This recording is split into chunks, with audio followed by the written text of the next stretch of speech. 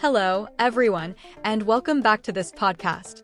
I'm really excited about today's episode because we're diving into one of the trickiest parts of English, phrasal verbs. Hey everyone! Thanks for tuning in again. Oh yes, phrasal verbs. They can be so confusing, right? I know that when I was learning English, phrasal verbs were definitely one of the biggest challenges I faced.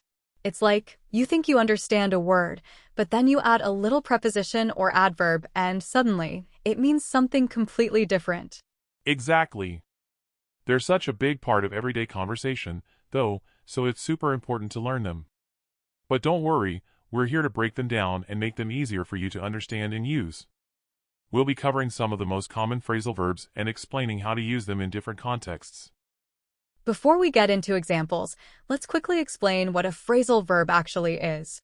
Essentially, it's a verb combined with one or more particles, usually a preposition or an adverb, that changes the meaning of the original verb.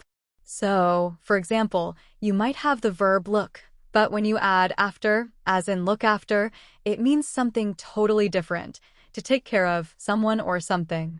Exactly. And it's not always intuitive, which is why so many learners struggle with them. A word like run might seem simple enough, but when you add into and say run into, it can mean to meet someone by chance, like, I ran into an old friend at the store. That's a great example. Let's go over a few more. One that always catches people off guard is give up. When you hear give, you might think of handing something over, but when you add up, the meaning changes to quit or stop trying. So, if you say, I'm going to give up smoking, it means you plan to stop smoking. Right, and then there's bring up.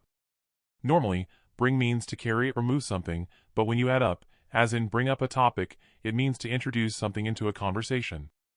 For example, she brought up the issue during the meeting. Exactly.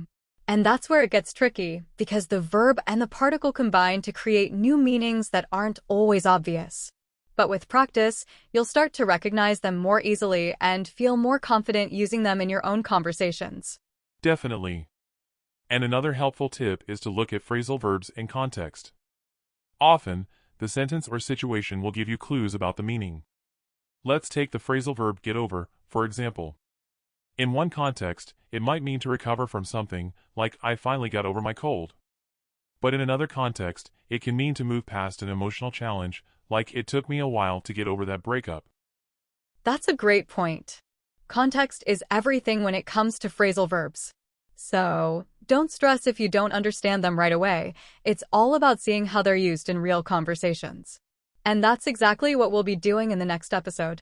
Yep, we'll break down some of the most confusing phrasal verbs, like take off, put up with, and run out of. We'll also give you plenty of examples to show how they're used in everyday English, so you can start using them with confidence. It's going to be really helpful for anyone looking to improve their fluency, especially when it comes to speaking naturally. So be sure to tune in. Thanks for joining us today, everyone. Make sure to subscribe to this podcast so you never miss an episode, and feel free to share this podcast with anyone who's also on their English learning journey.